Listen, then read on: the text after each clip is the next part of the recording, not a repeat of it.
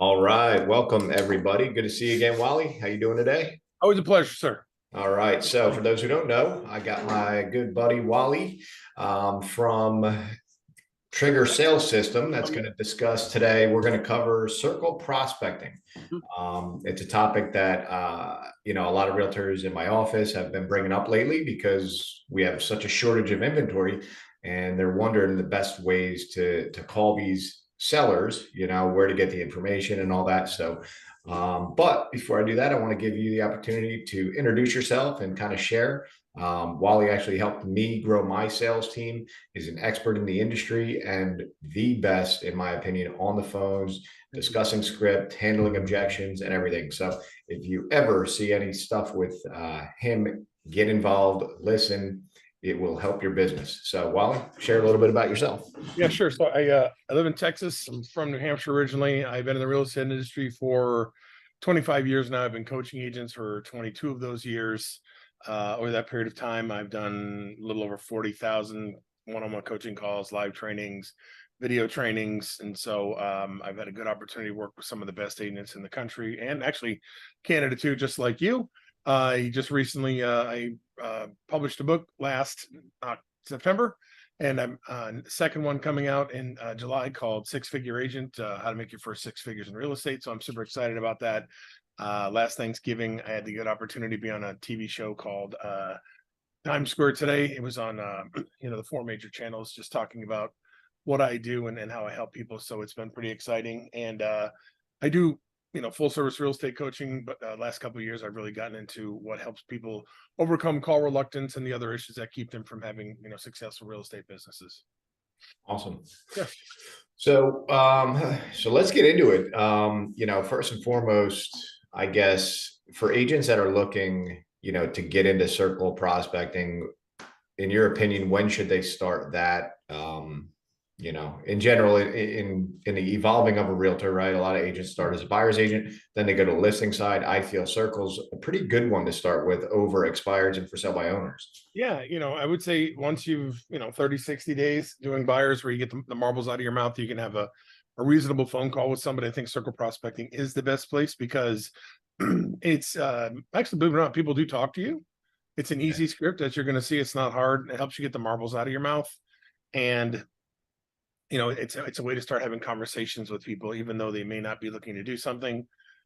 The great thing about circle prospecting is that it does help you meet people who aren't quite ready to do something. And if you recall, like kind of between COVID and probably midway through 2022, we were having trouble finding people to sell homes. Even though we sold a stupid number of homes, it was hard to find somebody and be ahead of them. So circle prospecting gives you the opportunity to start a relationship and then build that relationship with people so that you're pretty much the only one standing. If you look at what NAR says on he or she who gets there first is the winner. Ideally, if you can get in touch with somebody via circle prospecting and stay in touch with them, get them set up with a market report, call them at appropriate times, prior to when they said, when they said they were going to move, you've got a legit chance of being the agent that they go to when it's time for them to sell their home. Yeah. So with that, I guess I'll share, in my opinion, some of the best sites for data. In general, there's the freeway, right? You can look up on whitepages.com and all the other, people finders and everything else. Yeah. Or an old phone book. If like I'm in a town here where they come out with a VFW book every year with Phone all book. the owners that and their home numbers. What's a phone book? What's that? Yeah, exactly. So, but they're still there, right? So that's the freeway. Then you have sites like Land Voice, RedX, Espresso Agent, Mojo Dialer, I think CoreLogic, and Vulcan 7. Yep.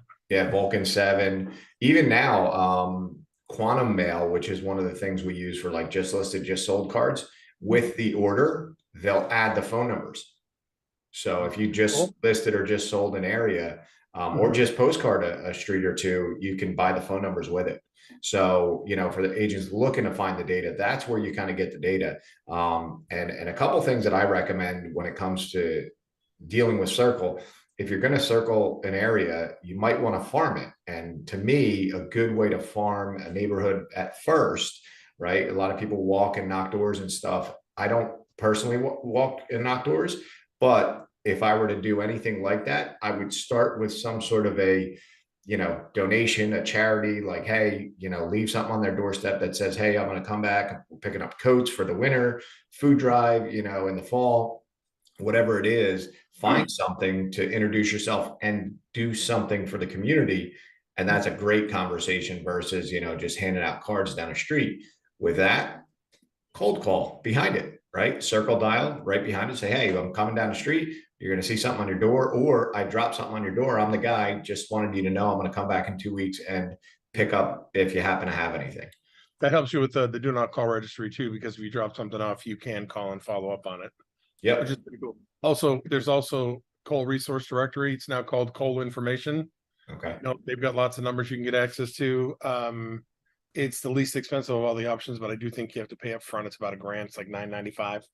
Okay. So, but that's also an option too. So, and here's the thing, data is data for the most part, right? They're the people who are the companies that are doing this. They do lead augmentation.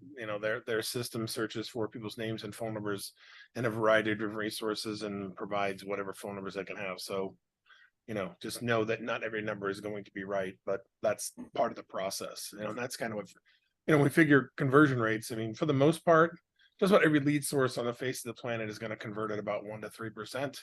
The only thing that really converts more than that are referrals, repeat business, and excuse me, and nurtures. So if you're nurturing a lead, it goes like 8%. So that's about it, though. I mean, that's kind of the rule there. But anyway, any of the resources that Matt just mentioned or coalinformation.com will give you more numbers you can shake a stick at. Plus, to your point, if you do a mailer or if you do drop something off, the great thing is that you're going to increase your conversion rate by 45%. So, Yeah. It's pretty big deal. I mean, I always say just put yourself in that seller's shoes, or that homeowner's shoes, right? They're not a seller yet. They just might be, just a person in the neighborhood, but you could land with the right person that knows everything about everybody and that become that nurturing client that gives you lots of information about the areas. So with that, I guess let's talk about the conversation. If you got a script, let's take a look and kind of go through it. I might just happen to have one. Or 2 or 3. Yeah. So we're gonna cover a bunch of different scripts here today. They're all a variation of this main one here. So much like working with a buyer, the goal is to kind of go in the back door here. And the thing that you and I talk about all the time is trying to fly under the radar with respect to what company you're with, just because people's ability to formulate a thought about you based upon what company you're telling you're from. So same thing here, hey Bob, this is Wally. I'm a real estate professional in the area. You like to say I'm a local realtor. I like to say, in this case, this one especially, real estate professional, because I'm really trying to be as in the back door as possible at this one, right? These people have no idea you're calling. As soon as they hear the word realtor, as soon as they hear the word real, Keller Williams, EXP, Coldwell Banker, it's bingo. So hey, this is Wally. I'm a local real estate professional in the area. Hope you're having a great day. You don't have to say that. Okay. The reason I'm calling is because there's been a lot of interest in your neighborhood. I'm wondering who that might be thinking of making a move this year. Okay. If you don't want to say, there's been a lot of interest in your neighborhood, so we're still working with buyers who are looking for a good home like yours. There's a huge shortage of inventory. We're looking for good homes. You can say whatever you want there, but the whole point is you're trying to get in the door. Now, this is kind of a throwaway question, but there's a lot of strategy behind it. If we call somebody and ask them for something right out of the gate, they tend to be very resistant, right? So and again, we've said this before, it takes the average call recipient 10 to 30 seconds to realize that they do or do not know who you are. So this is a good way to get the call started, have a conversation with them, give them a chance to take their focus away from what they were doing and start talking to you. So, but hey, listen, I'm calling today because there's been a lot of interest in your neighborhood, and I'm wondering who that might be thinking of making a move this year. 9.5 times out of 10, they're not going to know anybody. Now they might, and if they do, see if you can get the person's information. If they can just tell you the address, even, you're good, because then you can go look all that stuff up, right?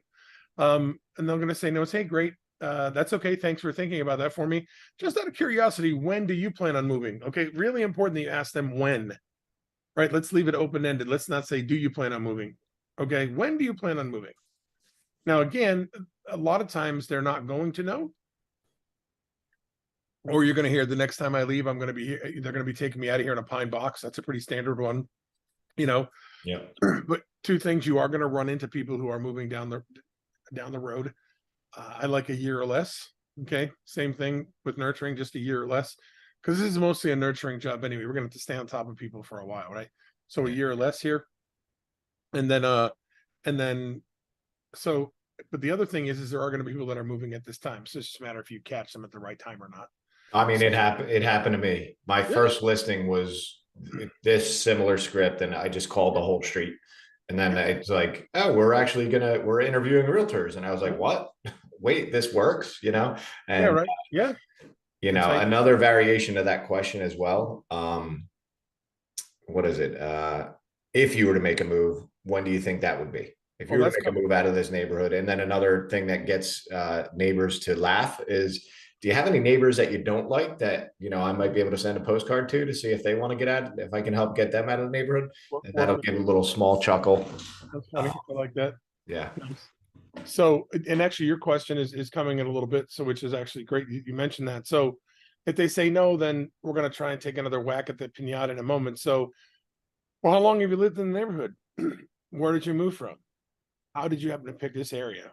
So, look, if you were to move, where would you go next? And let them find out and let them tell you, and then say, well, when would that be? Okay, you've built a little rapport here. Hopefully, you've softened their resolve. They're talking to you. Their defense shields are down, and so that's why we go back at it a second time. If they say, without question, they're not going to move. Hey, Bob, listen, I appreciate your time today. Once a month, I send a market update to some of your neighbors to help keep their finger on the pulse of the market. Would you like to receive that? I like to be assumptive. What's your best email? Instead of would you like to receive that? What's your best email? Not going to spam you. And then if yes, what's that email? And then super fantastic. Thanks for your time today. Enjoy the reports. We're not, you know what?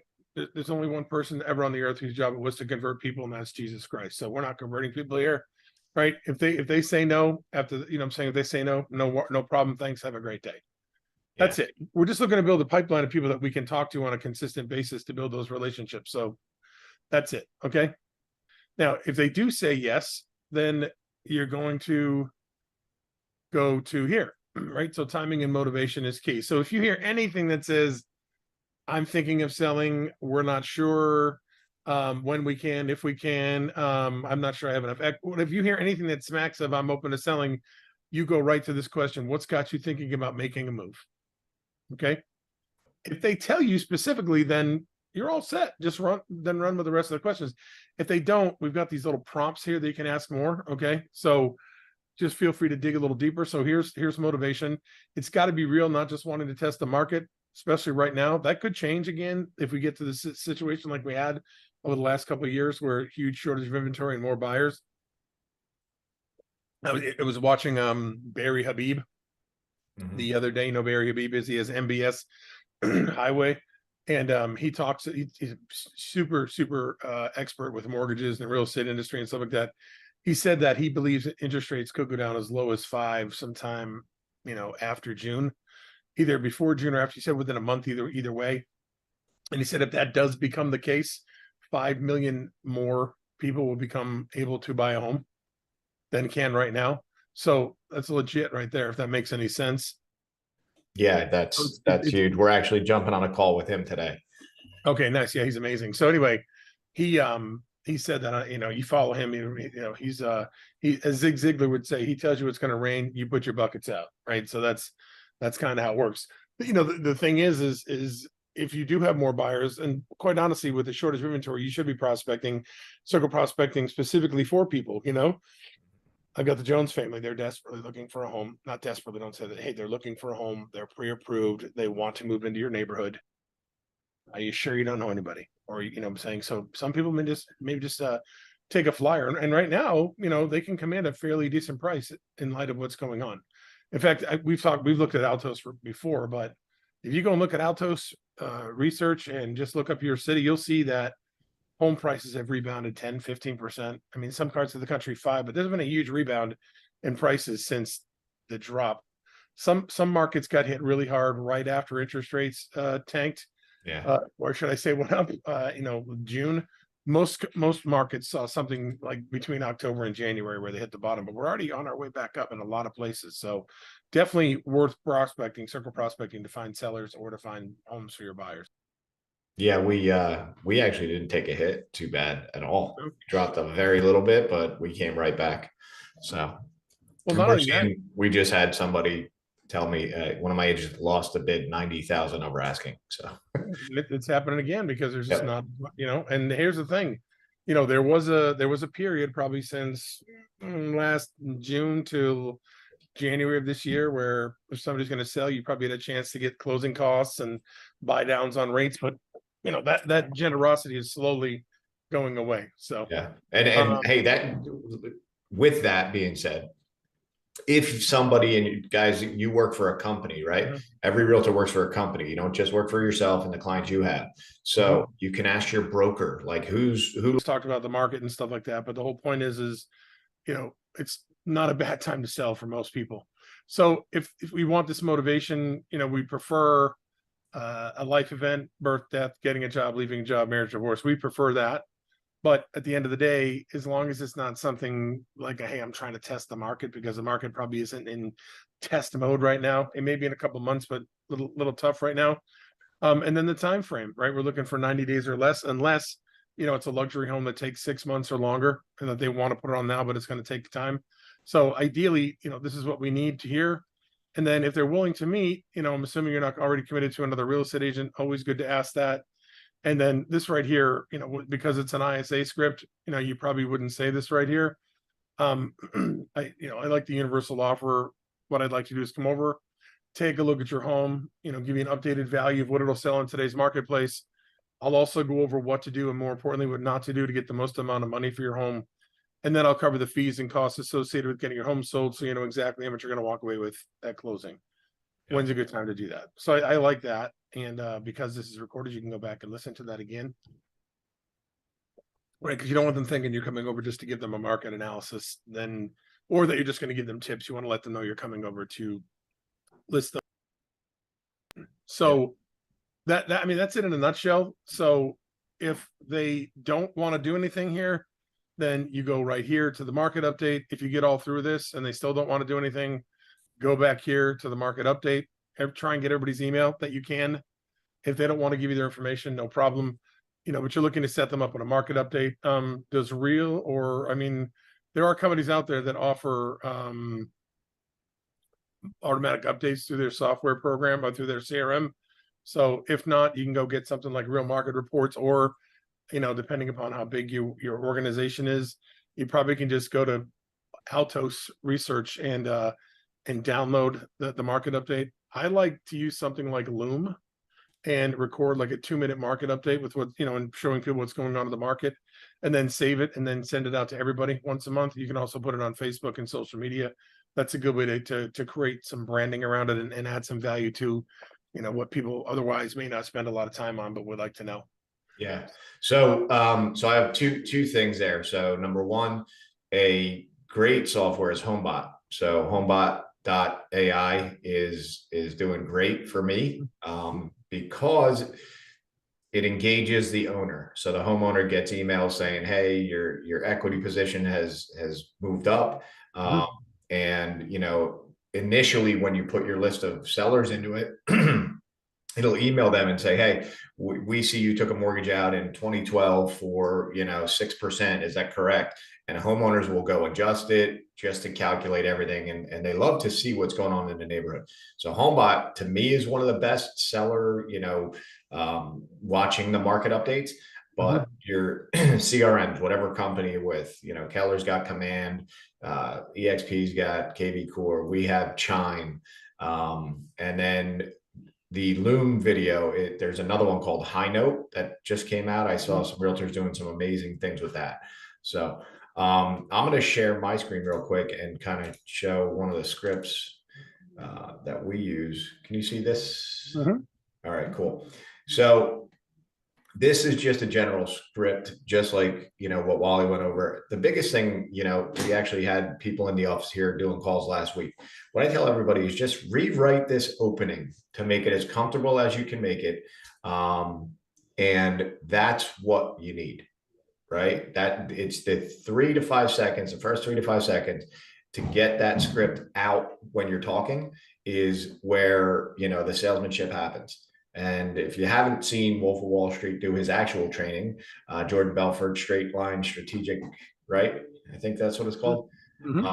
So Google it, right? Do Google on YouTube. He's 3 to 5 minutes of, you have to be sharp as a tack, know your stuff, and energetic. So do that when you're making your calls, have your opening, because the opening is what you practice when you're doing your script and role play.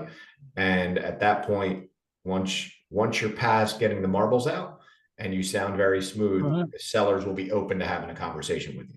And from there, it's rapport building and into, if you do get a yes, then it's the closing questions or the seller counseling interview.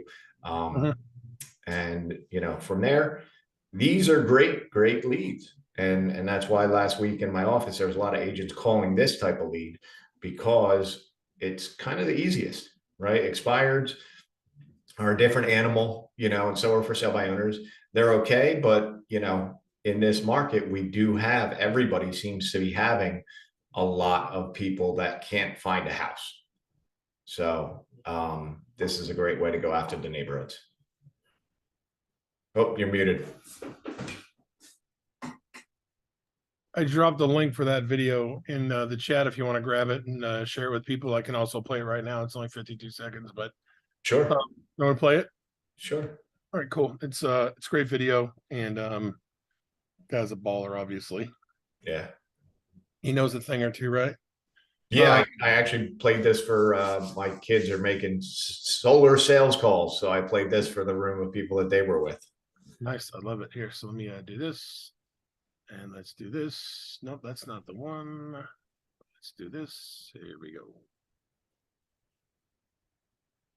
go. Oh, you know what? Boy, I get tricked by Facebook. They have the volume thing here in the bottom right themselves. They like triple stamp the volume to make sure it doesn't come up. Hold on, let's go back. Here we go. The magic moment was when I looked at my 12 schmendricks, as the phrase goes. They couldn't close rich people. I could, Danny could.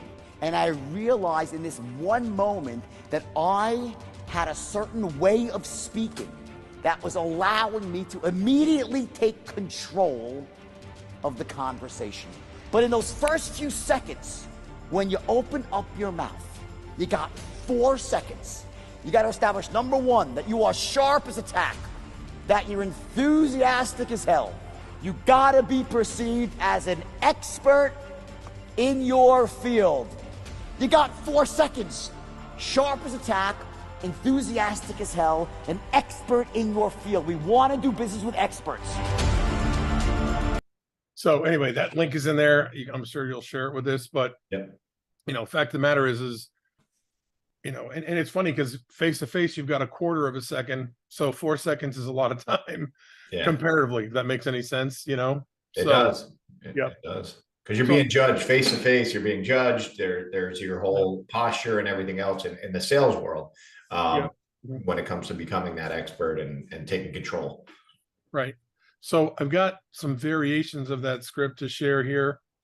And let's just take a quick look at that. We've got some time here. Yeah. So let's see. Let's start with just listed. So it's the same thing, right? You're just, again, it's just, now you can, in this situation, because it's a just listed, you can mention they had a company name, right? Hey, this is Wally, I'm calling from, and again, we like the team instead of the brokerage here. Or I think you can send a local realtor too. Since the sign's in the front lawn, you may be able to get away with it here. You may have seen a for sale sign at this address. I'm calling homeowners in the neighborhood to let them know we just listed the home for sale. We expect a lot of interest in this home, and you may notice extra traffic in your neighborhood or street. They were probably checking out the property. We wanted to share the news about this listing with homeowners in the neighborhood just first, in case they have any friends or family members who may be interested in buying a home in the neighborhood. Does anybody come to mind? Same idea here, not asking them for anything. This is a legit question. That's how we ended up buying, our family home when I lived in New Hampshire for the biggest home we bought, our family home, because my, wife at the time wanted to live in the neighborhood near her friends. And so, what better way to buy a $430,000 house than to live near your friends, right? So Yeah. anyway, I kid. So the whole point is, this is a great opportunity for you to start talking to people in the neighborhood. People do know other people that are looking to move. And then from here, you just go right into the circle prospecting script, right? This is the same thing. If they say yes, do you have a name and phone number where I can reach out to them? If not, same thing here. We're moving on to if you can, that sort of thing. Okay, so that's just listed. Then, oops, I didn't mean to do that. Sorry. And then this is just pended, right? Same thing. House went under agreement, just right. And so, see, there's just pended and there's just sold, right? So there's two opportunities to kind of get a whack at the pinata here. Same thing, I'm calling homeowners in the neighborhood to let them know that we just took an offer on home that after just X number of days in the market. So sometimes that grabs somebody's interest. Sometimes you can say for X thousands of dollars overpriced. Never give anybody a percentage because they're likely not to do the math or they don't know how to do the math. So, and I know it sounds funny, but it's true. So listen, we sold it for $50,000 over asking price or whatever. So just something to grab their attention. Now we have and here's a great one here. We have qualified home buyers who missed out on the opportunity, excuse me, but love the area and we don't have homes to show them. Do you happen to know anyone in the area who's thinking about making a move in the next year? That is one of the biggest opportunities right now in this market, right? Because when you hear multiple offers, you can confidently call that neighborhood. 10 years ago, when we were doing circle prospecting, you were just calling just to say, we need inventory, we need good houses. There was plenty of inventory. They just weren't selling. So we needed better listings, right? Nowadays, you can go in and just say, hey, yeah, we had 13 offers, so we got 12 more buyers that didn't get a home in your neighborhood. If you're considering making a move, when would that be? And that is an awesome question because it's not a salesy thing. It's not, bait and switch of any sort. So to me, that's the biggest opportunity right now. And trust me when I tell you guys, like, you work for a brokerage. So that brokerage has agents in it that are not making circle dials. And I just had 2 agents ask me, because I listed one up next to Cherry Hill, and I'm not going to take the time to call around them. And they were like, can I call? Sure. Use my sale. It's our company sold it, and, if you don't have recent sales yourself, you're brand new or whatever, trust me, there's people in your company that will be happy with you making the calls. So check with your brokers on that. Absolutely. And here's the other thing. It doesn't have to be your buyer. Right? If you had a listing, there were multiple offers, you can take the listing and go ahead and put it on the market. And right before you put it on the market, tell these people, listen, I'm listing this other house in the neighborhood, very similar house, a little more expensive, a little less expensive, whatever it is. But, I know this is a desirable neighborhood and you can go ahead and get that thing sold, lickety split, get a great testimonial for yourself. Okay. And then there's just sold. Whoops. Why does it keep doing this every time I switch? Okay, because I'm closing the window. That's why. Zoom has it on me, I guess. Yeah. So, okay, and this one has over asking, right? So same thing. We talked about number of days, sold for over asking, finally sold. So there's no genius here. You just got to be willing to pick up the phone and have a conversation. And all of these lead into the regular circle prospecting script. Okay, yep. and we'll give all these to you folks. Matt will make sure that you get them all. But if you're willing to make phone calls, you can get in front of some people and build a nice pipeline for yourself. And quite honestly, when there's a huge shortage of properties, this is exactly what you need to do to get in front of people down the road, and so that you're never stuck without a shortage of opportunities. Yeah.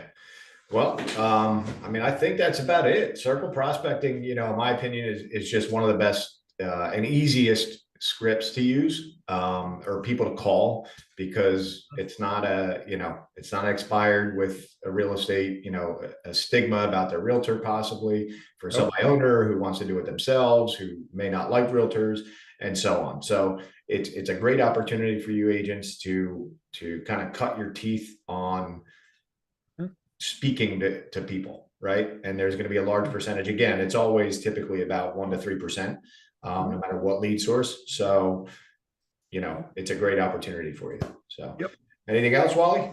No, that's it. I did, it's, consistent action doesn't always produce consistent results, but it does produce success. So as long as you put in the effort on a consistent basis, good things are going to happen for you. Absolutely. All right, guys, we will catch up with you. Follow us on socials. We are everywhere. And in the bottom of the video, we are going to link at all the resources. So we'll see you again. All right, guys. Thank you.